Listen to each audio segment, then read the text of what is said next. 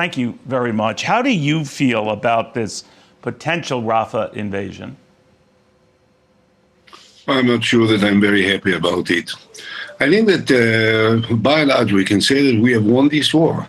We have defeated Hamas. We have destroyed the military capacity of Hamas. We have killed more than 10,000 of its fighters, perhaps more. We have destroyed all the bunkers, all the infrastructure, most of the tunnels, almost everywhere.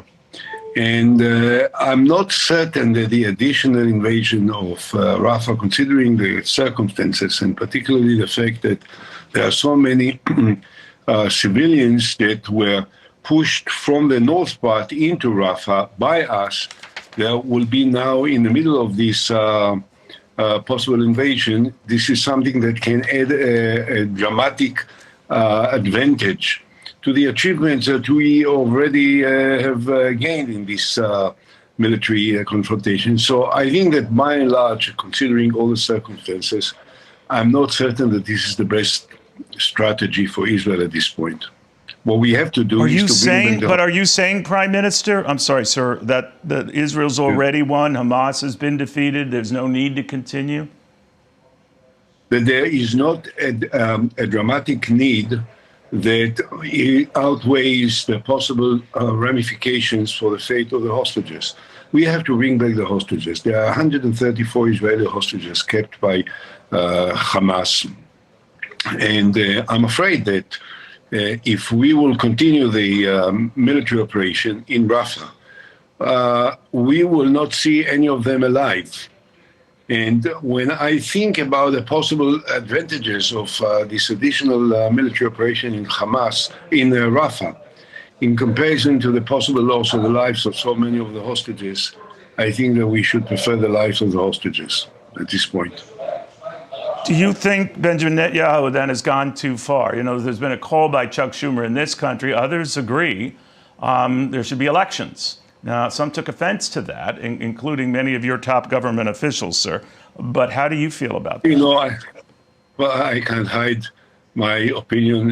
It's been spelled out time and again in Israel and everywhere else. I think that Netanyahu has to go as soon as possible. We have to have elections as soon as possible. And I can entirely subscribe to the opinion voiced by Chuck Schumer. I know Chuck Schumer very well. He's a great friend of Israel. He's not a political opponent of Netanyahu. He's a supporter, a devoted supporter of the state of Israel. And I think he expressed the opinion and the attitude and the emotions that is shared by a majority of the Israelis. Let's face it, there are polls almost every day in Israel now for the last few months. And consistently in all the polls, the majority of the Israelis do not trust Netanyahu and they want his replacement. And I think that this is something that, you know, I don't believe that there was any democratic leader in any democratic country that would have been responsible for such a dramatic disaster and failure of his government. But isn't it very different, Prime Minister? Isn't it very different, Prime Minister, for a top senator in another nation to call for elections in a sovereign state? No matter how you feel about that senator, no matter how you feel, and you have strong views against Benjamin Netanyahu, do you find that extreme? Do you worry that if it were reverse, it would be dangerous? I'll tell you something. Let's be honest. You know, we don't hesitate to come to guys like Chuck Schumer, and we did it all over the years consistently, and ask their support and ask their commitment and ask their votes and ask their contributions and ask their involvement.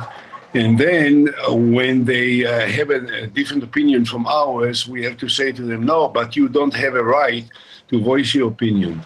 For someone that has been so devoted to the state of Israel as Chuck Schumer is, all his career, there is no one in the history of the American Senate with a record greater and better than Chuck Schumer in voting for the state of Israel, for the Israeli needs, Israeli security, Israeli demands, Israeli expectations. And suddenly, when he says something which is not in line with the Israeli point of view, or the government point of view of a particular person in the government, then suddenly he has no right to say, listen, we live in a free society, we live in a free environment of all right, Prime Minister, close relations, thank you and we have very to respect much. it. Very, very strong views, and I'm disrespecting you by coming to this hard break, but thank you, sir, very much. Hey, Sean Hannity.